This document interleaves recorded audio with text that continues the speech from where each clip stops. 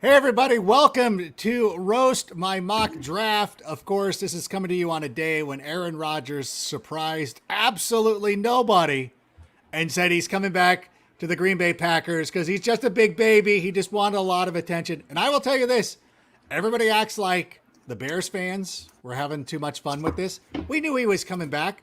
We just wanted to have a laugh. That's all. It's no big deal. But what we're going to do today, we'll talk about that in probably, I'm sure, because our guest is a fantastic guest. It's somebody that we had last week, and it went so well. The demand was so great that I had no recourse but to bring back Stephanie Smalls, and here she is. Stephanie, welcome back to the show. Thank you for coming back again. Yeah, happy Aaron Rodgers Day. Are you here for the wellness check? Is everybody worried about me? Yeah, it's a welfare check where I'm here to make sure that you're okay after this draft. I know a lot of people were concerned about my well-being after the return of Aaron Rodgers. And honestly, again, it's the same thing that happened with Russell Wilson. It's the same thing that happened with Aaron Rodgers. Like, we weren't making this up. Like, there was a report by Adam Schefter. He went on that thing. He went on the match and was very evasive. He did a lot of things. He never came out and said, like, this is garbage. He could have shut it down immediately and been like, this is all garbage. Of course I'm playing. But no, he allowed the drama. He's a guy who everybody, they were planning this trip to Las Vegas, and he's like, oh, I don't know if I'm going to go or whatever. And everybody's begging him, like, please, dude, you got to go. It won't be the same without you. And then 8 a.m., everybody's loading up. They're at Long Beach Airport. And there's Rodgers. Oh, what's up, guys? I told you. I knew I was going. Like, right? Like, it's kind of a D move.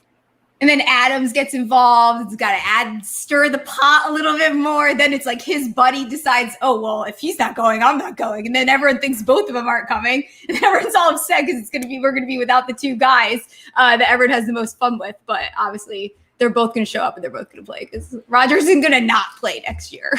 Right. Rodgers is the one that is going to pick up dinner. So you're like, we kind of need him to go because otherwise it doesn't work as much without him. Jordan is nice, but Jordan's got alligator arms. He's not even going to buy a round of Fireball. Yeah, right. So exactly. So you got to make sure that Aaron Rodgers is there and everything is taken care of. And so he's here. Like, it's not a big deal. Like, my life hasn't changed because as a Bears fan, we have Justin Fields now. I don't really concern myself with the other teams as much as I used to because I'm just happy about our own guy. Like, we're like in a committed relationship now. I'll gossip about you. Like, don't get it wrong. Don't get it twisted. Yeah. I will enjoy the misery because if there is a fan base that's more fragile than the Green Bay Packers fan base, I've never, by the way, if you're the Packers, the fact that you had to go out there and give yourself your own nickname, like Titletown, like you're the guy who's like, yeah, my nickname in high school is Lady Killer. Like, what up? It's literally what it is. It's exactly what it is. Yeah. Like, when did you decide that was your name? Yeah. And believe me, I was going to be more crude. If this was the Improv, I'd probably would have been a little bit more crude. But yeah, Lady Killer, like, look at us. We're so handsome. Like, stop it, Green Bay. Yeah. Wisconsin's won 3 titles since the 70s in their title 10. Wonderful. And poor Jordan Love, huh? He had a nice little excitement there where he almost got in the game. He almost had a chance. It's like if I equate it to what was happening with Russell Wilson. Like if like he was friends with Katy Perry and Katie's like, hey, I'm going to take you to the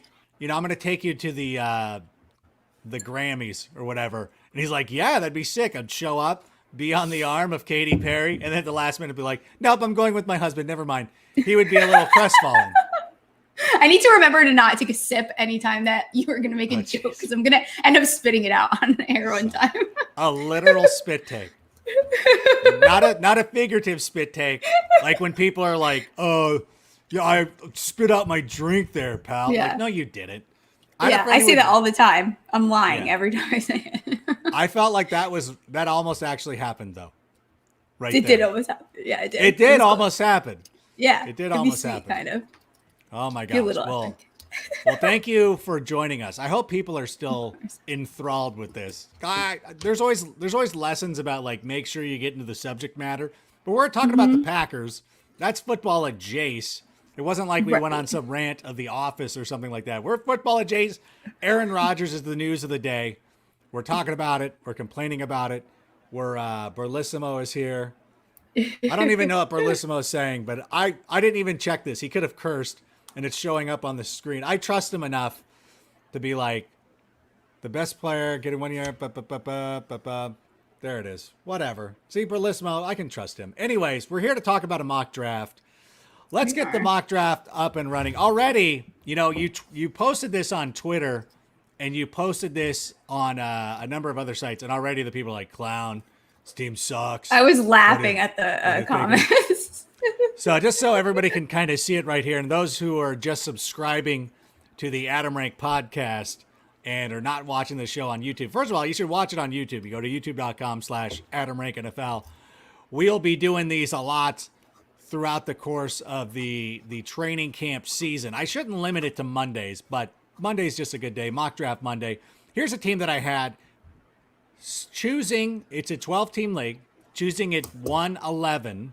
So the 11th spot in the first round, which means we'll have the second pick of the second round. And we did a little ping-ponging here with the running backs and receivers. Austin Eckler, Tyreek Hill, David Montgomery, CeeDee Lamb, who I really love this year, Kareem Hunt, Travis Etienne. I think we're big Travis Etienne people, if I'm remembering correctly. Huge. You're on board with me. Yeah, okay. Yeah. I thought that was right. I didn't want to speak for you. Yeah, of course. Curtis Samuel. Okay. Antonio Brown, Marvin Jones Jr., Darnell Mooney, which is probably, okay, listen, I've got to type. Matthew Stafford, got to type. J.D. McKissick, the tight ends. I don't even want to say who the tight ends are. Our last pick, I'm bringing Stephanie into this like it was her team too. It's not. I'm the one in charge of this. You're responsible. Stephanie responsible for roasting this. Trevor Lawrence was, God damn it. I picked Evan Ingram and Gerald Everett. There's Adam Troutman went in the 10th round. Like, this is what happened. Like, people doubled up on tight ends. But we'll get to some of the comments, but I'm interested to hear what Stephanie has to say about this. And I know that it looks like you're making notes. And so I think we should just start right off the top. So Austin Eckler, the 11th overall selection, half-point PPR, I should have pointed out. How do we feel about that pick? I just want to know the other running backs that were there, because this is I feel like he's a little bit risky at 11. No, don't you think you could have got him in the second round? I probably could have, but a lot of the running backs, go ahead. A lot of the running backs went flying off the board, and it was very running back heavy. I know I need to start being better about writing down who was available to me at this point. This was, if running backs didn't go first 9, the first 8. I know Kelsey was the first pass catcher. So that's 8, that's 9, 10, 11. Yeah, there might have been 10 running backs. Like, the running backs were flying off the board. And it wasn't until the pick after me, the guy after me took Devontae Adams and A.J. Brown, which led me to Tyreek Hill. So, yeah, it was a really, really heavy, because it's a half-point PPR. So all the quality running backs that you would expect off the board, they were already off the board, as I should say. And so, so Eckler was who was left at me at number 11. So you feel like he's too risky this season? No, I don't think he's too risky. I'm just surprised because I feel like you could have got him a little bit later. But maybe it's just because of the way the board went, because you never know the way that people are going to. He had a really good year 2019, like 1,500 plus yards, whatever it was. He's had like a bunch of RB1 finishes, 7 games, 13 games, RB2. So he should have no reason coming back, especially with their improved offensive line. So that's fine. It's okay. I'll allow it. I like the Justin Herbert in his second year. Rebuilt offensive line. I still believe, too, I mean, I know that Keenan Allen is rock solid. He's their number 1 pass catcher. Austin Eckler has to be their number 2 option. I know everybody wants to believe in Mike Williams, and Mike Williams is just something that you're like, oh, this time it's going to work. Like anytime they do a Superman movie, you're like, no, this time it's going to be perfect. It feels that way every season with Mike Williams. I just don't believe it. And I feel like until we see it, I'm just going to assume that Austin Eckler is going to be that Right. guy. I feel like there's these players too, is like everyone, it's like we have an idea of them, like, and they sound really good, but then every single year they do the same thing, but you still want to force it. Like Christian Kirk is another one of those guys. Like every year we talk about Christian Kirk. Like it's the same thing kind of with, like it's just some of these players everyone gets a little high strung on. Yeah, like people won't let go of Christian Kirk. Like how he's gonna. This is it. This is his breakout year. Yeah, there's no doubt about it. It's like the ex you keep getting back together with. It's like it's not going to be different the next time. Like you guys just need to break up. Yeah, unless DeAndre Hopkins is not going to play, I think I'm pretty confident in saying. And even the rookie, who do they have? Rondale Moore. Was that the rookie that they picked? Yeah. Yeah, I love him. Yeah, like he's already better than. Yeah. Just kick him out. Like we don't need him. Get Rondell in there. Between like AJ Green and Christian Kirk together, if they were half a receiver and we put them together, they'd be one full receiver. But like they're not like full receivers independently. I would feel more comfortable going with AJ Green than I would Christian Kirk. Like me AJ too, Green absolutely. As a, oh my gosh, who like it's just like I'll try to relive the past instead of trying, because at least AJ Green has a past. Like he had a glory run. Christian Kirk's has never happened. And it's never going to happen. Never going to happen. Never. So never happening. What about, okay, so Eckler, and here's already, people are already giving grades. Like relax everybody. Stephanie is here to go over this team. You guys don't need a C-. You're a B, like the people, like the idiot on Sunday who was calling Eddie Guerrero a B+ player. Like, I don't know. Oh, that's nice. Yeah. People have like too easy. The access to the internet's a little too easy. Like there should be some sort of basic, like, you know, that the things with the tiles, like, hey, how many of these photos have, school buses in them? Like people need to like jump through those hoops. I wish you could kind of set those parameters for people on like Twitter or whatever. Like, you it should be like players' faces too. Like it should be like pick all the pictures with Brett Favre, or like pick all the pictures with Jay Cutler. And like you have to be able to at least answer basic questions before you can go ahead and start like acting like a lunatic. Because I swear most people wouldn't be able to do it. And it's related to the subject matter too, so it makes sense. Exactly. Like, can you pick CeeDee Lamb out of this lineup? No, then you don't have an opportunity. And exactly. It is so crazy. And again, too, like I think, and I did this as an experiment last year, where I had a team where it was like, hey, here are my first 4 picks, and this is last year, of course. So you're like Christian McCaffrey, Saquon Barkley, Travis Kelce, and Devontae Adams. People are like, that team kind of sucks, bro. Like, I don't know, little weak at running. Like you're predisposed to automatically shit on anything that's happening on the internet. Like you gotta be like, it's gotta be the like lead singer of the Pet Shop Boys joining the dude from the Killers. Like it's gotta be that magical for the internet to come together. I know. Well, I noticed that anytime you give a good take, no one writes anything. And then when you give a bad take, it's like, or like not even a bad take, like something that they can argue with, then that's when you get engagement. Like I forget what I posted. It was probably about Mooney and what's his face, Miller, that just, and no one said anything on it. And it's because no one can argue. Like they have no correlation with each other and no one can argue anything. It's so true. Like you can't, anything you want to do, be like, I enjoy, like, and it can be as innocuous as saying like, I enjoy The Office. And people will be like, you're a clown, terrible take. I'm like, it didn't say that you enjoyed it. It said that I enjoyed it. Like it had nothing to do with you. It's like a pure opinion. And all of this is opinion too. So what is your opinion though of Tyreek Hill in the second round? I sort of hate this pick. Like of all I like that pick. Why do you hate that pick? Didn't he finish wide receiver too? He did, but I don't know. It just, I know that him and Travis Kelce are this dynamic duo, and nobody's been better than those two over the course. I just, something about Tyreek Hill that I just feel like it's a little too volatile still. It makes no Okay. sense to me. Talk me into it. See, this is not the way that this show's supposed to go. I should be I know. defending This is like my become career. like it's not going the way it's not me. Yeah, it's what I was gonna say. It's very therapeutic.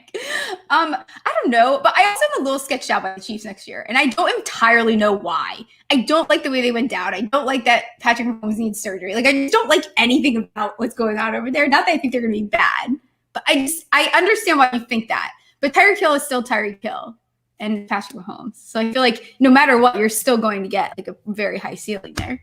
And it's you could no. No, I agree. If you look at the teams that Tom Brady has beat in the Super Bowl, they always go down. Like they ended the Rams, or not the Rams, they ended St. Louis's potential dynasty by beating them in the Super Bowl. They did it to Seattle. The Eagles got one. Well, the Eagles beat them, so that's kind of a different example. The Falcons never recovered. Julio's now in Tennessee.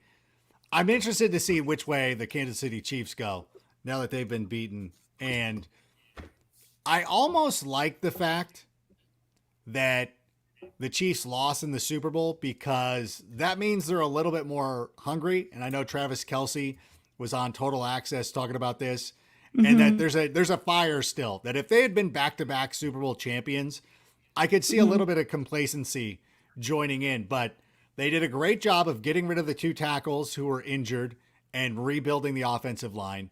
And now they just look loaded again. And I think that Andy Reid has shown consistency over the course of his entire career.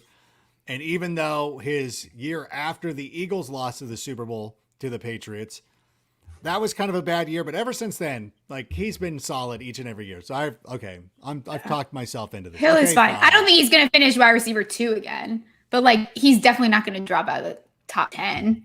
So you're still going to get, so he'll still, no matter what, it's a solid pick. Thank you. And I would have taken. I'm supposed to roast you, but don't worry. We're getting there. Okay, we're getting there. Is David Montgomery a roastable pick here at number 3 in the 3rd round?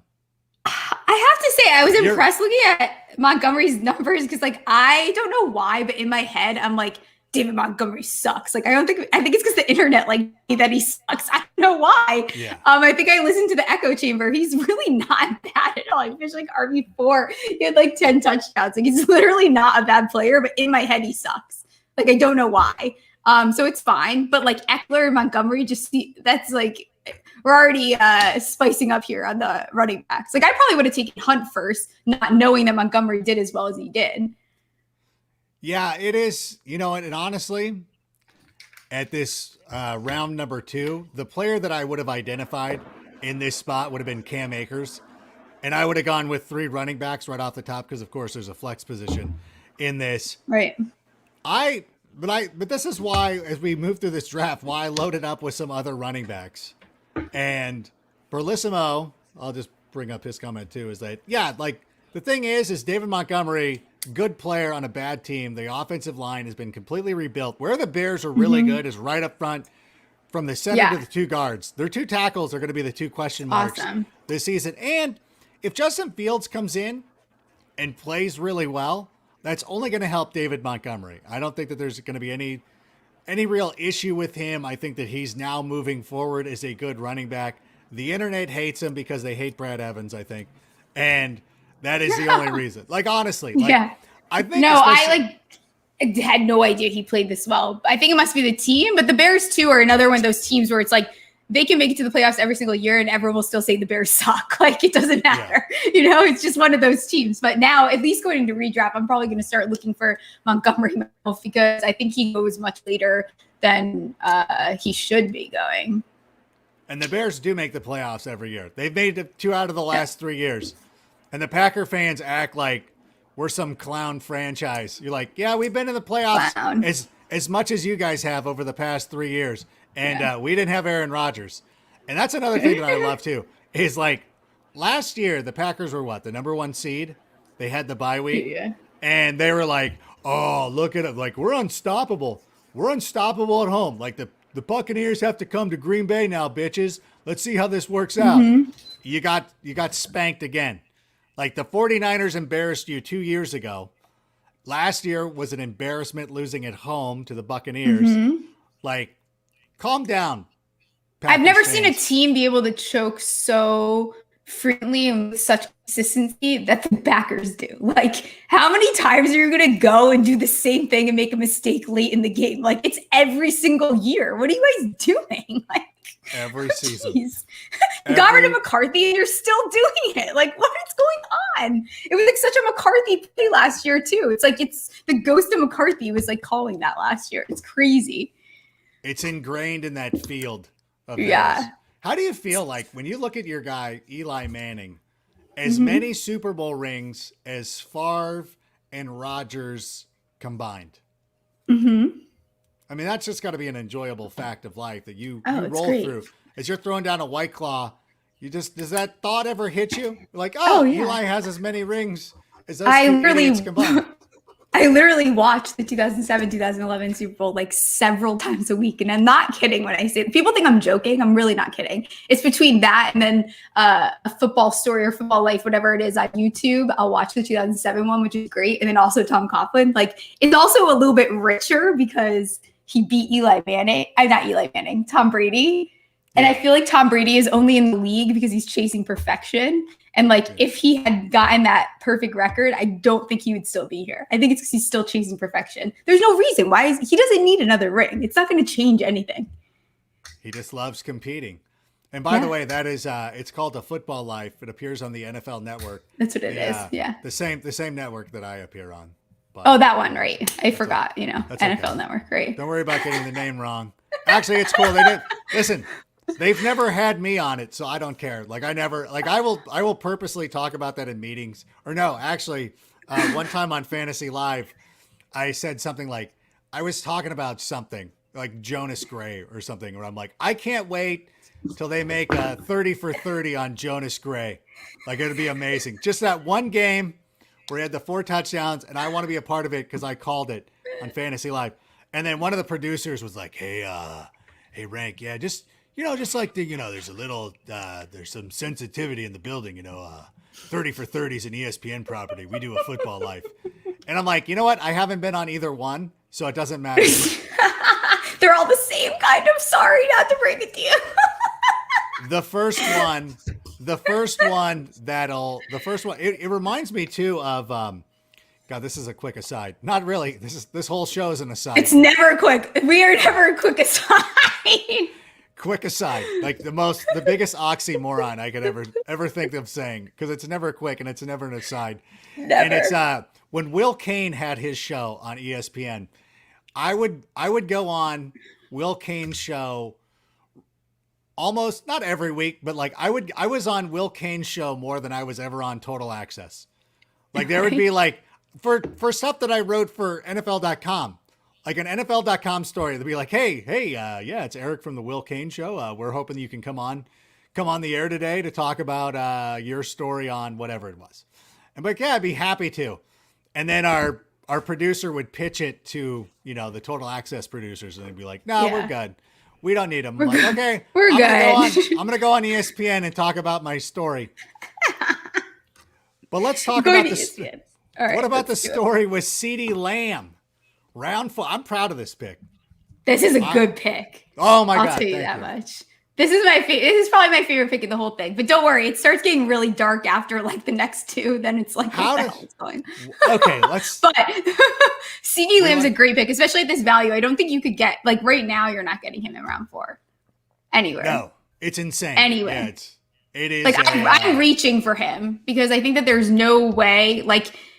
Dak coming back, he played 5 games, had 2,000 yards. Like they have to go somewhere. That's 5 games. Imagine what he could do, even if he doesn't go to the on pace number that they have had set for him. He's still going to throw the ball and air the ball out as much as possible. And I think CeeDee Lamb we're going to see take a huge jump next year. Yes, and I would take actually, you know what? And I'll say it right now. I would take CeeDee Lamb ahead of Amari Cooper.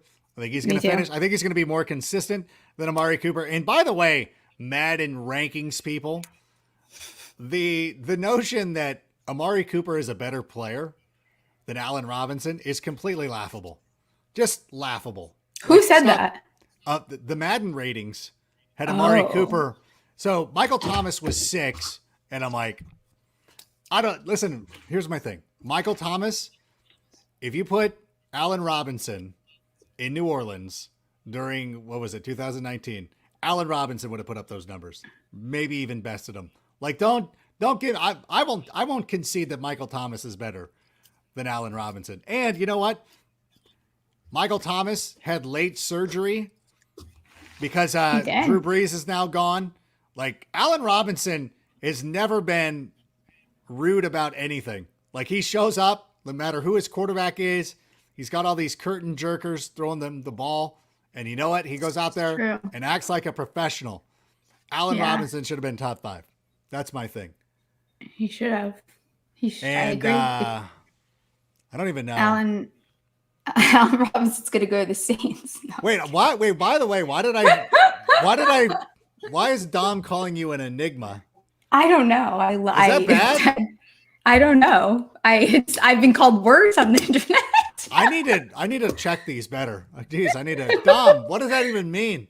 What's an enigma? Okay, you're an enigma. You're an enigma. You're a Muppet.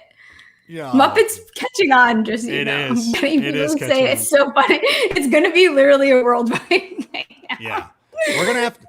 It's going to be a thing where we're going to have to stop saying Muppet because everybody is saying Muppet. Yeah, then we're going to have to switch to something else. It's like a whole thing. It's annoying. It reminds me of a former life. But Kareem Hunt, round 5. Not a fan. I can tell by your body language. No, I hate that because I keep coming on here to roast you, and then I don't start roasting you until a little bit late. I like Hunt, and I think he's also a little bit underrated. People forget how good the Browns are and how good that duo is over there. And I think it's because they think about Chubb and they're like, oh, Hunt's not going to get. No, that doesn't matter because the offense is very productive and he's still going to do fantastic. He finished RB10 last year. In round 5, when you already have Montgomery and Eckler, I like that. Because even if one of them, he can still fit that role if you needed him to. Yeah, he's still going to But you're getting a little RB heavy now. Now we're what's starting to go on? It's getting a little hairy here. Well, thankfully, in round 6, I drafted a wide receiver when I went with Travis Etienne. Oh, right. Wait a minute. Oh, wait. Yeah. But that's also the value. But you love this pick, too. That's the thing. Travis Etienne in round 6 ends up he's going to play a big role catching the ball out of the backfield. And if he starts running the ball too, what are we talking about? These Hunt and Etienne might be my starting running backs at some point. That's what I was thinking. No, Eckler's good. Stop. Yeah, as long as he stays healthy, we're cool. And especially, Eckler's going to be good this year. I actually really do think that, especially with the addition to Slater.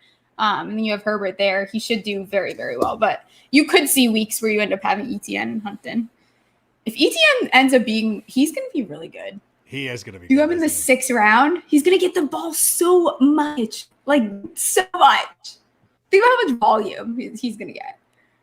Yeah, it is. It is. No. I'm with you, and I'm a huge fan of that. And it's one of those things too, where if you're looking over what we had done, again, I keep trying to rope Stephanie in like she's the one who helped me. It's my fault. Yeah. Not her. This was my own. Except volition. I like it. So what do I? It's kind of my fault. Too. You're co-signing a bunch of this, and I know. Here's Berlissimo's it's the next 3 to 4 picks that people are really going to start weighing in on where the roast starts. This is. I will say this too. And this is one of the things about mock drafts is that you don't know what you're going to end up with in the later rounds. If I'm going in and you told me, hey, you're going to get Kareem Hunt and Travis Etienne in rounds 5 and 6. Well, in round 3, I would have taken a wide receiver. I don't know who it would have been, who's available in the 3rd round. What are we looking at? Chris Godwin, maybe Robert Woods. And I only say Robert Woods because of the quarterback that I would stack him with. But okay. Yeah, if I could tell, if we could do these drafts in reverse, then yeah, of course. If I knew what I was working up to, I would happily have taken a wide receiver in the 3rd round. And maybe, again, this is why we do mock drafts, is you're well, if these players are going to start becoming available in these rounds, then I don't know. Why not take an opportunity? I don't know. But then Kluge has got me on the 0 wide receiver kick, and now It's ruining. Yeah, I know he did that to me, and then I ruined a whole draft because of it. Because I'm like, I can wait, and then all of a sudden people went in wide receiver run, and I was like, no, I'm screwed. Right? Yeah, there's only so much you can do, and so I don't know. I waited so long. I mean, the first 4 picks is everybody, even you mentioned that I'm a little running back heavy or whatever it is, but it's like my first 4 picks are 2 running backs and 2 wide receivers. So it's not like I was over, like I picked 4 running backs and totally ignored. I'm like, I got Tyreek Hill. So any wide receiver, when you're starting 2, even if you're starting 3 wide receivers, I don't think that this is going to end up as bad as people want it to be. And by the way, I have to point out that Dom is Australian.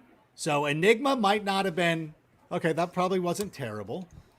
No, wasn't a bad thing. A smiley face. That's cool. Okay. I think I am an Enigma, though. That's fine. I'll be an Enigma. Whatever. That's fair. And I know that. As long as it's not Muppet. Yeah, we're not Muppets. This is a Muppet-free zone right here. And Najee Harris was not available in the 6th round. I can guarantee that. Way. He's a 3rd round back. Which is interesting because I think that ETN could end up playing very, very well, where I think ETN might be worth the value where you can get him. No, 100%. I'm probably reaching on Travis a little bit earlier than a lot of people, but it is what it is. So. Speaking of reaching, round 7, I took Curtis Samuel. I feel like people have some issues with this pick right here. So my defense for you is I feel like this happened around the time that this was it was a hot commodity that Curtis Samuel was going there, because that's the only reason why I can imagine you would have taken him there. I think Curtis Samuel will do well. He finished wide receiver 24 last year. I think he could do better than that, but there's a lot of, and I hate this phrase, but there is a lot of mouths to feed. And I've said this with you before, I don't trust Fitzmagic. I don't care. No one's going to convince me to trust him because I don't think he can play all those games. And it worries me that you're going to, I mean, at least you have other options, but it worries me that week 12, you have not playing him because Heineke or whoever else is playing. Oh, give me Heineke. Give me Heineke and Curtis Samuel. I just took Heineke in a dynasty draft, being like, yeah, he's going to be their quarterback. Too. I just took him in the 20th round. I'm like, Fitz is going to go at some point. So. Yeah, Fitz is one of those things. It's like when you watch a show from the 90s. Like if you're sitting home at night and you're flipping, and this doesn't pertain to you because you don't remember these shows, but every once in a while you'll stumble across Beverly Hills 90210, and you'll pop for it. I remember that show. It's fine. You're not going to. Yes, I do. You do? Yes. Okay. Sorry. Listen, I don't mean to dismiss you, but you'll pop for it, and you'll be like, "Oh my god, I gotta watch this!" And then you watch 5 minutes of the show, and you're like, "This is a flaming pile of garbage. Why am I watching this nonsense? This is awful." God. And that is what'll happen, and that's a lot of what happens with Ryan Fitzmagic. Is that it's fun for a short burst. This is why a lot of times when you go to clubs, and a DJ will play a song, and he only plays the first minute 20 of it. It's because eventually the song, nobody cares anymore. Okay, I got the point. Let's move on to something else. You're on Spotify or Stitcher or whatever. You'll skip a song after a while. You're hearing LaRue, Bulletproof, and all that's good for about 40 seconds. You're like, okay, I got this. I got the gist. Let me go on to the next song. And honestly, I recently just put money on Ryan Fitz having the most interceptions. It was 7.5 to 1. I feel like that's pretty solid value. And he does always kind of mess up. So if he ends up playing all those games, it was pretty good value to bet on him having the most interceptions because he's known to do that. I think people are forgetting what Fitz does when he actually plays full games. Yeah. Oh yeah. Anytime that you go into a season thinking Ryan Fitzmagic is our guy, it doesn't end it doesn't end the way that you think it's it doesn't end the way you think it's going to. Why do you think that Ryan Fitzpatrick has played for so many different franchises? He's good enough to be good, but he also sucks enough not to be the long-term answer. He's a serial dater. You're like somebody who's very charming, You're like, oh my gosh, there's a charming person. Like, why is he still single? And you're like, oh, but he's still kind of a creep. Not that Ryan Fitzpatrick's a creep, but like there's some flaw that keeps this person single. Into like Harvard or whatever. Yeah. Yeah. But, Went to Harvard. Like there's already something wrong with them there. Yeah. Yeah. Like no disrespect. Like it's cool. No disrespect at all. I like his vibe. He's a happy hour friend. You know what I'm saying? Like I love him at happy hour. He's cool. But I'm not going to count on him to come help me move on a Saturday morning. Like, you know what please don't come to my house when you're sober. Yes. He's let's just meet at the bar. Yeah. Like, don't even bother inviting him to your child's birthday party because he's not going to show up. And if he does, he's going to show up with like some inappropriate alcohol, like Fireball. And you're like, what? Like my kid's turning 3. Like, what is wrong? Why are you bringing a handle of Fireball? Like, what party do you think this is? Or he's like pre-gaming in your driveway out of his trunk. Like, yeah, dude. He's like, that's why. Listen, there was a thing like when we have parties for our children, there's a tap room around the corner from us called Rip Beer Company, and we have our parties start right at 11 because we don't want people showing up at Rip for an hour and then coming over. You know, that's go there on your way home. You're not pre-gaming there and then coming to my house. Oh my God. So that's Ryan Fitzpatrick. He's the pre-game party guy. I really hope somebody's writing all these down because I need to use these a little bit later. This is good content. This is the stuff. It's always the best. Antonio Brown. This is 8. What the hell is going on now? Okay, well, first of all, I've got 2 starting wide receivers. Why would you not take a guy who could end up being the dude? Sure. Who could end up like, listen, he was good last year for the Buccaneers. Like if I you know what I hate about the Buccaneers, and I did interrupt you, and I'm going to allow myself to do that, whereas I normally would not do that. I just hate the Buccaneers. Like I stay away from the Buccaneers receivers because I feel like I don't want to think as much when I'm setting my lineup, and I'm sick of trying to figure out who is going to be the most targeted player on that team that week. It's a nightmare. And I hate it. He finishes like wide receiver 65. Yeah, he had fantastic weeks. I don't know how many he finished at whatever it is, but I hate trying to figure out who's going to be the guy. I don't want to figure it out. It's too much. But wouldn't your round 8 wide receiver, like no matter who it's going to be, eventually be that person? And at some point, you know, when you're looking at your flex options, you have a wide receiver. If the Buccaneers have a great matchup, which I know they have played, but they're playing the Texans, for instance. I don't even know if they play Houston, but then you're like, okay, this is the week that I started Antonio Brown. But again, like I've already got Tyreek Hill. I've already got CeeDee Lamb. I'm not going into this. Fine. If I would have gone 0 wide receiver and drafted 7 running backs, and this was my wide receiver 1 off the board, I would agree with you. I'd be like, I'm a lunatic. Like I would take somebody who's a little bit more solid, who's going to be a little bit more consistent. Kluge would love this pick. Like Kluge is all in on Antonio Brown. Like he loves Antonio Brown. I actually am very proud of Antonio Brown because he kept his mouth shut, and I feel like he actually pulled it together. It's probably because he lived in Brady's house and like they had bunk beds or whatever they did. Yeah. And I think that he got his act together. He's coming off surgery too. So that's another thing to keep in mind. So, I mean, yeah, it's fine. Yeah, you know what? Okay. Like if he had not had the frostbite on his foot, and he just lived a life where he joined the Raiders, would his life be different? Would he have worked out? Would it have been? So. I don't know.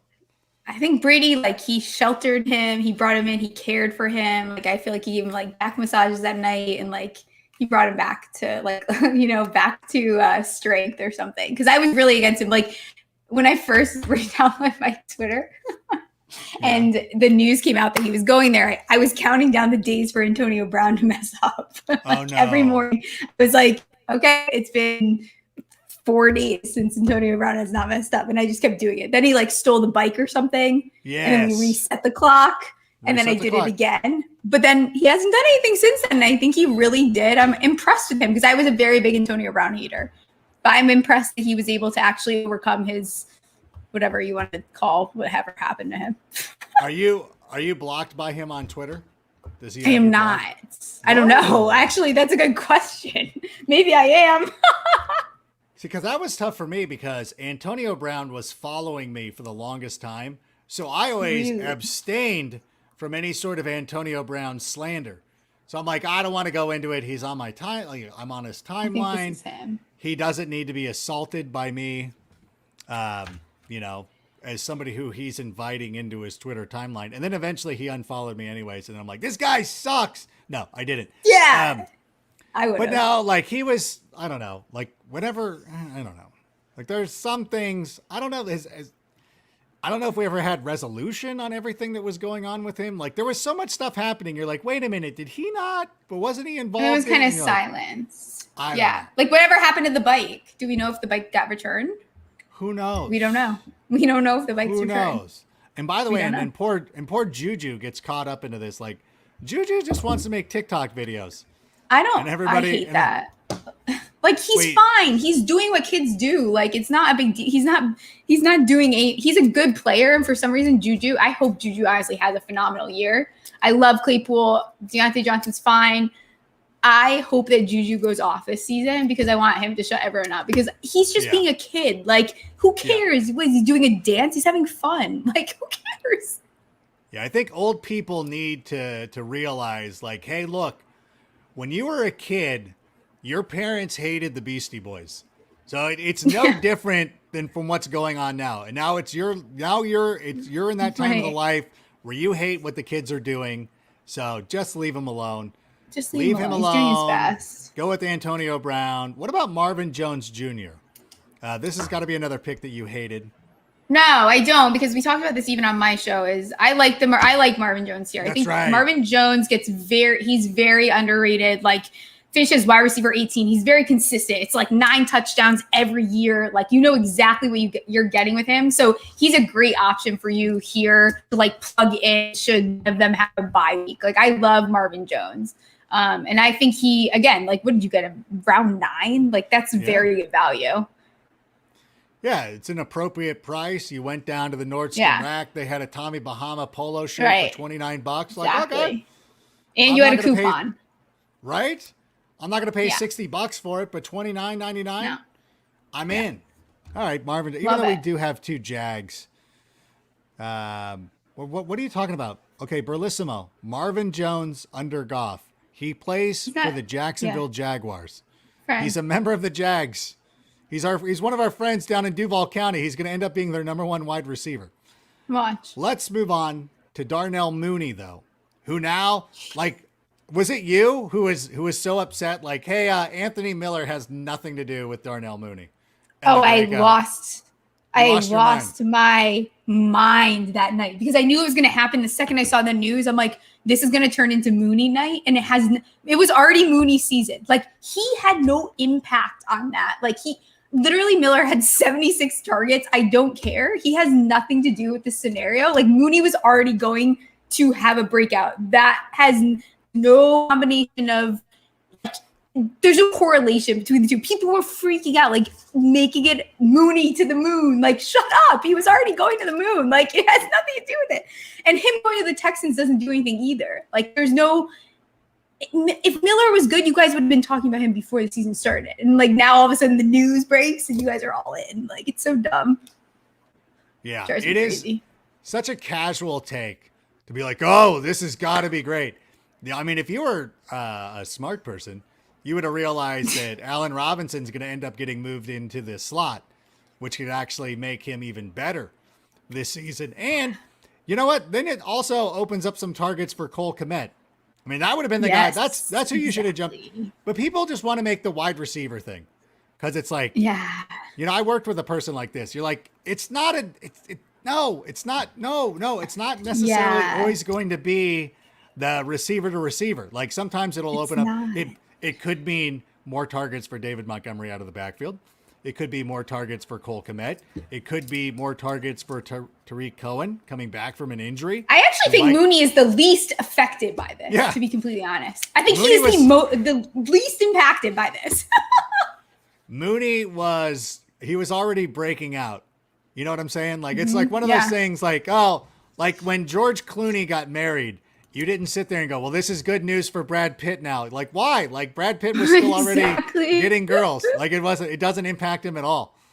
Like, it did. And everyone was they're like tweeting like the Houston's roster. Even Mike Clay put something up, and I wrote on Mike Clay, I'm like, so can you confirm that Nico Collins is okay? Like, all of a sudden now Nico Collins stinks. Like, whereas before we were all high on him, but now that Miller, who is a average at best receiver, is moving over, that totally knocks everyone else on the team, which I don't think that's the case at all. It's just an interesting take. And Berlissimo chiming in to say Bird and Goodwin, excuse me. Goodwin, Jesus. Marquise Goodwin. Either one of those guys can also work in the slot, and that is very true. But there have been, and listen, we'll find out during training camp and everything like that, but there have been reports that Allen Robinson is running more routes out of the slot. Because one of the things that they're looking at, and I think this is going to be a trend in the NFL over the next couple of years, your two best corners are on the outside. So if you have a great receiver like Allen Robinson who can play out of the slot, why not give him more opportunities? It's not to say that he's going to move there exclusively, but I think if you put Goodwin on the outside and just run down the field, dude, run the 9 and do what you got to do. Open it up for Allen Robinson, open it up for Cole Kmet, maybe even Jimmy Graham as well. But I think Cole Kmet is somebody who's looking at a possibility of a breakout season. And so I know we talked about this last week because I'm sure I had Matthew Stafford as my quarterback last week.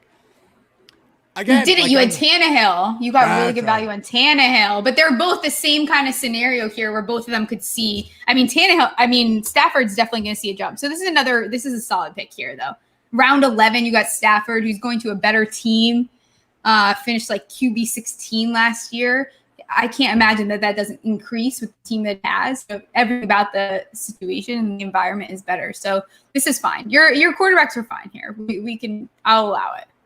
And I'm not going to, no, Berlissimo, I'm not going to use, don't even show this. Don't show it. Why are you showing this stat Padford? That is so mean. Like, it's the only thing that he had in Detroit. No, don't put that up again. Stop putting it up. He's not stat Padford. Stop doing it. Take that off the screen. Take that off the screen. Don't, you did it again. Keep it down. Keep it off the screen. Oh my God. Stat Padford. I love it. Well, here's the thing, Berlissimo. This is fantasy football. So if he does pad his stats, that's better for us because those points still count. That's what we want. And that's what we want. You kind of want Sean McVay going into the season thinking that he has to prove to everybody like what a genius he is and that he was making the right move. I'm curious, and it's not like Stafford has never passed for 5,000 yards in the past. And I know it's going to be a little bit different because there's 17 games this season. But this really does feel like a season where now you got me doing it, where Matt Stafford could end up eclipsing a lot of his own personal best, not only because of the extra game, but because Sean McVay is out to prove something. Yeah. But in any event, J.D. McKissic. Oh my gosh. Now we have time for more Ryan Fitzmagic jokes. You know, it's cool when I was doing I did my little quick little kind of notes, is me and McKissic have the same exact birthday and we were born on the same year. So that's my evaluation of it. Born on the same day and year. How cool is that? No, that's what I mean. The exact same day. Like Matt Forte and I have the same birthday. I'm a little bit older, but yeah, but you were the exact day.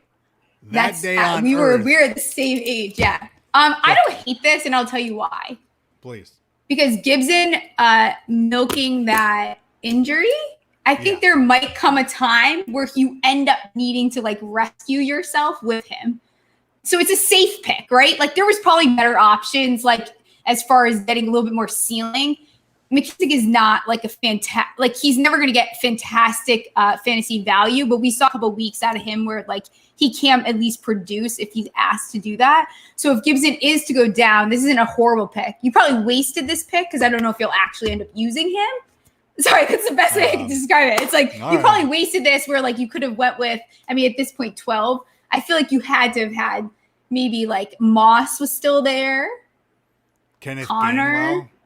James Conner. No, James Conner was not Boston there. Scott. I almost would have rather have Boston Scott. No. I gotta stop. What do you mean no? Why? I gotta stop you right there. Boston why? Scott. Why? I would go with Tell Kenneth me why. Gainwell. Kenneth Gainwell is gonna play more than Boston. Fine. It's okay. It's okay because your next pick, you're gonna hear it. Okay, let's jump to 15. Let's talk about Trevor Lawrence. We're not. We got to talk about your tight ends. This is it. Come on. All right, hold on. I want to close with the tight ends. I want to go out. Okay, we'll close with that. Let me ask you a question, though. This is a philosophical question. I'm going with Matthew Stafford. Okay. I don't anticipate benching him at any point. With the extra game this season, personally, am I thinking too much about this? Because I like grabbing an extra quarterback just because you don't know. And I think that Trevor Lawrence, when you look at what Justin Herbert did last season, it leads me to believe you should have a second quarterback and you should make it somebody who has an enormous ceiling, like Trevor Lawrence, playing with a team with a defense that's rebuilding, could be throwing the ball an awful lot. I don't think it's a terrible idea to use a pick in round 15 on a player like Trevor Lawrence. No, definitely not. That's fine. It's whatever. Like you might as well pick like someone like that, especially like when you were probably doing this mock, I was taking Daniel Jones in the 15-14 round because episode 9. Episode 9, my bad. If my quarterback goes down, at least I'd rather have an option there for me to pick up. And then you also can go in the waiver wire and like find someone that probably is doing well. It happens every single year. We see that, like pick up Mariota for a week or Carr for a week. Like you don't necessarily need to just rely on that. But I think Trevor Lawrence, especially having him there too, because it's likely that he does better towards the end. So if you're able to start Stafford, should something happen, which Stafford is like, even when he has like a dislocated shoulder and he still plays. So like, he's like the safest option as far as quarterback goes. So Trevor Lawrence is fine. It's fine. Okay. All right. Well, let's talk about the tight end position. Do you want to explain yourself first or just I have no explanation. I love to take Travis Kelce early. I like to do, if not, maybe fire in on Waller. Of course, George Kittle. At some point, the tight end position started to get away from me. Like even missing out on guys. Because I was at the end, at the 11 spot, which means I'm at the beginning or end of rounds. So whenever somebody like Dallas Goedert goes off the board and then Hawkinson goes the next pick, I kept missing out on those runs. And so... I'm looking at tight ends, and for whatever reason, I thought that maybe Evan Ingram would be an okay option. And then I realized the gravity of my mistake. And I'm like, well, maybe Gerald Everett could break out in Seattle. And between the two of them, maybe they make one decent tight end. You know what? I'm going to put you on the solo cam. I'm going to take your comments. You don't put me on the solo cam. I'm going to take your comments off the air. I feel like here's the thing with Ingram that everyone's forgetting, which he finished tight end 14. It's very honorable. Fine. That's great. He had 109 targets for one receiving touchdown. A single, not like two, not three, he had one touchdown. And I think that this must have been before Rudolph got signed. I'm going to give you the benefit of the doubt and assume that that's what the idea was here. He had 11 drops. Like, dude, what are you doing? Like one touchdown, 11 drops in 109 targets. Like, come on. And I think that Jason Garrett he loves Witten, and the closest player that you can find to Witten is Rudolph. I think Rudolph is going to get fed the ball. I can see Rudolph even outperforming Ingram because of, Rudolph had 37 targets and one receiving touchdown playing on a hurt foot, but I actually like Everett more than I like Ingram. I don't think Ingram's going to drop out of I think where he finished is about where you're going to get him. But everyone that's ranking him in their top 10 is driving me crazy. All they've done is add more depth. How is he going to do he will probably do better, but production wise, what is that? Another touchdown and half as many drops. And less targets. I see him being the guy that's just picking up yards, like short yardage. Like everyone is too invested in this guy, and I'm going to victory lap when it happens. Oh my gosh. So you like I'm Gerald? going to do it. By the way, though, am I crazy? I like Gerald Everett. What about, I think Gerald Everett, Seattle has always just tried to find a tight end, and we keep hoping that guys like Will Dissly or these other dudes, was it Luke Wilson? We keep hoping that one of these guys is going to step up. They had Jimmy Graham for a while. Gerald Everett, to me, always looked like a player. Whenever you watch the Rams play, that you thought, like, God, why is this guy not getting more run? Like, what am I missing? Yeah. Like, he had he had that great time. I think he had the winner against Kansas City in that epic Monday night game a couple of years ago. Yeah, I remember that. We watch all the games, but I play a little bit more attention to the Rams, just them being local. And I don't get why he never had an opportunity to break out. I think going to this team is going to give him that chance. I agree. I totally agree. And I think he even last year finishing tight end 23, he has to watch his drops too. He does have a case of the dropsies, but I think on that team, they have so many options that should be able to protect him from dropping the ball too much. I like Everett. I like the Everett pick better than I like the Ingram pick. Ingram's not going to be bad, but it might give you a headache trying to figure out when you can play him. Well, I'll tell you what, Stephanie, is that I could have been a hero and saved my own skin, so to speak. I could have easily just put in LaMichael Pirine, because some kid made the graphic for me, and I could have lied and been like, oh yeah, put in whomever, put in Nico Collins or put in anybody, and kind of but I wanted everybody to see what happened to me. I think it's impressive, It's very brave. I made a mistake, and I get it, and that was a dumb pick. And I think that Thank you for taking responsibility for your actions. You are forgiven. Okay, so listen, I understand. And it's one of those things too, that this is why we do mock drafts, is an opportunity to look back and see what kind of mistakes we're making. Cause it was an immediate, why did I take Evan Ingram? Why did I get caught up? It's, it's one of those things, if you're at Denny's and you haven't looked at the menu yet, and the waitress just kind of surprises you, and everybody else at the table is ordered, and you're like, moon's over my hammy. I don't know. I don't know. Just bring me something.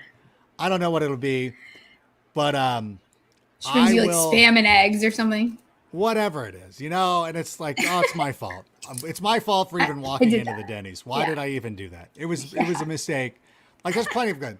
Actually, I can't even remember the last time I haven't ever been there. Isn't that crazy? You've never been to Denny's? No. I was gonna throw this board up, but no, wait. Let's go back to this discussion. We're gonna. I've never been to Denny's. How? Don't be this person. I have a friend who's weirdly proud of the fact that he's never had a Big Mac in his life. First time a couple of months ago, I did a food challenge, McDonald's challenge or something. So it's a lot of these. It's a lot of these big chains you haven't been to. So your parents didn't want to take you to big chains. No, they gave me hummus and pita for lunch. Every other kid had Elio's pizza, and I was eating hummus and pita. Oh my God, I want to get my daughter to eat hummus. I try to oh my gosh, I try to get her to eat oatmeal and hummus and all this stuff, and I'm can you just? I don't know. She gets stomach aches. No more shows. No more shows. That's my favorite thing ever. She's great. Good. Never lose that. I hope she always doesn't want to eat hummus. She can do whatever she wants. It's so, by the way, our Twitter interactions are just such inside jokes to whatever. And no one knows what's going on. My daughter chanting everything. No more shows. When I walked her to school this morning, she's like, let me get on your shoulders. And I'm like, no. And she's like, shoulders, shoulders, shoulders. I love that she chants everything because I chant everything. So it's so funny. I'm telling you, your daughter and I are the same person except she's 6. And I'm turning 28. I'm going to have her watch this and be like, this is you. This is you in 22 years. Shows. No more shows. That's so cool. I've already decided she's going to Arizona now. There it is. She has to. It'll be a blast. I'll write her a letter for Gamma Phi Beta. Get her right in. Gamma Phi, yeah. Yeah, I was gonna. That was kind of our sister sorority at Cal State. Was it? That's Yeah. funny. I mean, Yeah. I dated more AKIOs, but yeah, Gamma Phi was always. Yeah. You were kind of like associated. Weren't Landis as and bright as the AKOs, but still bright. That is sure. not bright as Alpha Phi kind of thing. It's like it's a the whole Alpha Phi hierarchy. One of my girlfriends was an Alpha Phi, but she went to San Diego State. Nobody cares about this. SDSU. Yeah. Sorry, guys. What up, Aztecs? Let's take a moment once again to just recap what we had going on. Sure. Austin Eckler, we both like this pick. Tyreek Hill. David Montgomery is being besmirched way too much. CeeDee Lamb is probably not going to go in the 4th round of your draft, so you might have to make some adjustments. But mind you, I was at the very top of the 4th round, so maybe you would have a little bit of a chance. We liked Kareem Hunt. We loved Travis Etienne this season. Where there was some disagreements, Curtis Samuel because of party boy Ryan Fitzpatrick, Antonio Brown, Marvin Jones, solid pick, Darnell Mooney, solid pick, Stafford, McKissick, solid picks all around, Evan Ingram, not so much. Gerald Everett, if you can take Gerald Everett in the 14th, you don't need to take Evan Ingram. Looking for somebody like Kevin Gainwell or whatever. Trevor Lawrence, we felt was, okay, like, whatever. We'll go with Trevor Lawrence. Like, whatever. Cool. Like, it's okay. He's going to be on the bench. Yeah.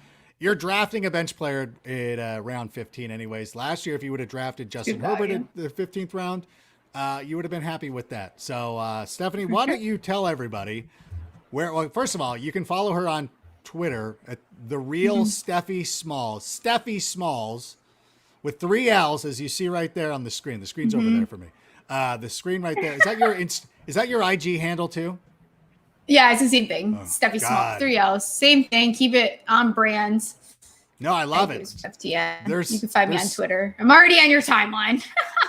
If I haven't retweeted you enough, then you're never going to see her. You're going to find me. And if you don't, I'll find you. Yeah. Oh, she'll find you. No. In any event, want to thank you for coming on. It was a blast once again. I think it goes without saying. We'll try to reconvene next week. It depends on. I think I should be available. I hope you'll be available. Would like to do this again sometime. Of course. Also, like anybody who or appreciate anybody who is listening to this as part of the Adam Rake podcast, which you can find on Google Play, Stitcher, Apple, all that good stuff. Big thanks to Mitch Hine, the man who puts this together. He's probably yelled at me already for not turning down my gain. And you know what, bro? I don't know what that means. I'm sorry, Mitch. I don't know what it means. I know your job is very difficult. Heidi McBride was here the whole time. Berlissimo. A lot of you guys, thank you so much for hanging out. Until next week, we'll see you then. Go Bears. Bear down. See ya.